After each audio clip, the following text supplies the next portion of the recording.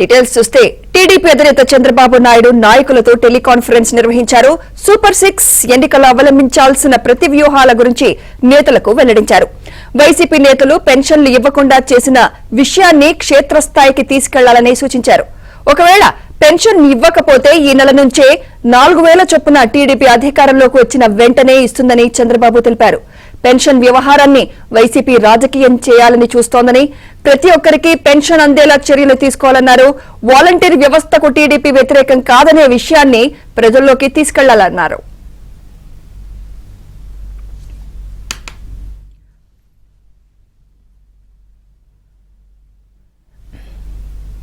వాలంటీర్లను ప్రభుత్వం రాజకీయ ప్రయోజనాలకు వాడుతున్న కారణంగా వారిని కేంద్ర ఎన్నికల సంఘం విధులకు దూరంగా పెట్టిందన్నారు. పెన్షన్లు పంపిణీ చేయొద్దని టీడీపీ ఎవరినీ కోరలేదని, కేంద్రం ఎన్నికల సంఘం ఎక్కడా చెప్పలేదన్నారు. 1.35 లక్షల మంది సచివాలయ సిబ్బంది ఉన్నారని, వారి ద్వారా ఒక్క రోజులో ఇంటింటికి పెన్షన్ ఇచ్చే అవకాశం ఉన్నా ప్రభుత్వం చేయలేదన్నారు. ఖజానా ఖాళీ చేసి పెన్షన్ ఇవ్వలేకపోయిన ప్రభుత్వం ఆ నెపాన్ని టీడీపీ ఎన్నికల సంఘంపై నెడుతుందని చంద్రబాబు మండిపడ్డారు.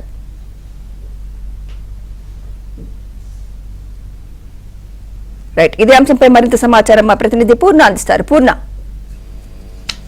సుమిత్ర, టీడీపీ అధినేత చంద్రబాబు ఈరోజు టీడీపీ నేతలతో టెలికాన్ఫరెన్స్ నిర్వహించారు. ప్రధానంగా సూపర్ 6 అలాగే ఎన్నికల్లో అవలంబించాల్సిన వ్యూహాలు, ప్రతి వ్యూహాలపై టీడీపీ నేతలతో చంద్రబాబు సుదీర్ఘంగా దాదాపు 2 గంటల సేపు కూడా టెలికాన్ఫరెన్స్ నిర్వహించారు. అయితే ప్రధానంగా వైసీపీ నాయకులు పెన్షన్ లేకుండా నిర్లక్ష్యం చేసిన విషయాన్ని క్షేత్రస్థాయికి కూడా తీసుకెళ్లాలని చంద్రబాబు నేతలకైతే సూచించారు. ఎందుకంటే ప్రధానంగా ఈ పెన్షన్ల వ్యవహారం అయితే వైసీపీ రాజకీయ లబ్ధి పొందాలని చూస్తుంది.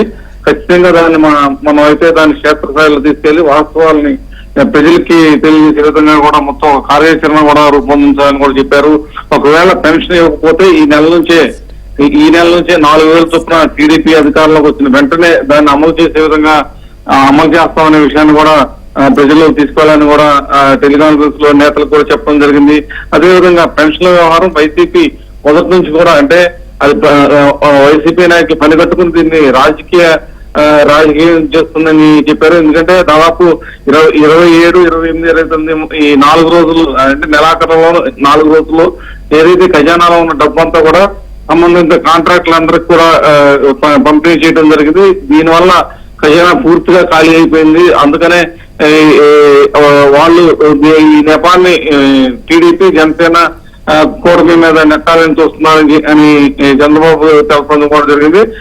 ఇంకోటి ప్రధానంగా ఆయన ప్రస్తావించిన అంశం అయితే ఏదైతే ఈరోజు అదైతే మార్చి ఈ రైనింగ్ సందర్భంగా అయితే ఈ రోజు ఏప్రిల్ 1న అన్ని బ్యాంకులకి సెలవు ప్రకటిస్తారు. ఈ రోజు పెన్షన్లు ఇవ్వాలని చెప్పి రాష్ట్ర ప్రభుత్వానికి అలాగే అధికారులందరికీ తెలుసు. కానీ ఈ రోజుకి ఈ సెలవు ఉన్న నేపథ్యంలో, బ్యాంక్స్ కి అన్నిటికీ హాలిడేస్ ఉన్న నేపథ్యంలో నిన్న ఎందుకు డబ్బుల్ని మనం డ్రా చేసి పెట్టుకోలేదు? డ్రా చేసి పెట్టుకున్నట్టయితే ఈ రోజు ఉదయమే వాళ్ళకి ఇచ్చేవారు కదా అని కూడా చంద్రబాబు ప్రశ్నించడం కూడా జరిగింది. ఖచ్చితంగా ఈ విషయాలన్నింటినీ కూడా ఈ ప్రజల్లోకి తీసుకురావాల్సిన అవసరం ఎంతైనా ఉందని కూడా చెప్పారు. ఎందుకంటే మొదటి నుంచి కూడా, అంటే Telugu Desam party, Janasena party voluntary వ్యవస్థకి పూర్తిగా వ్యతిరేకం అనే విషయాన్ని మొదటి నుంచి ఈ వైసీపీ నాయకులు అయితే తీసుకెళ్తున్న పరిస్థితి ఉంది. దాన్ని పూర్తిగా మనం తిప్పికొట్టాలి. ఎందుకంటే వాలంటరీ వ్యవస్థకి ఎట్టి పరిస్థితుల్లో టీడీపీ వ్యతిరేకం కాదు అనేది ఆయన స్పష్టం చేశారు. ఇదే విషయాన్ని కూడా క్షేత్రస్థాయిలో ప్రజల్లో కూడా తీసుకోవాలని కూడా సూచించడం జరిగింది.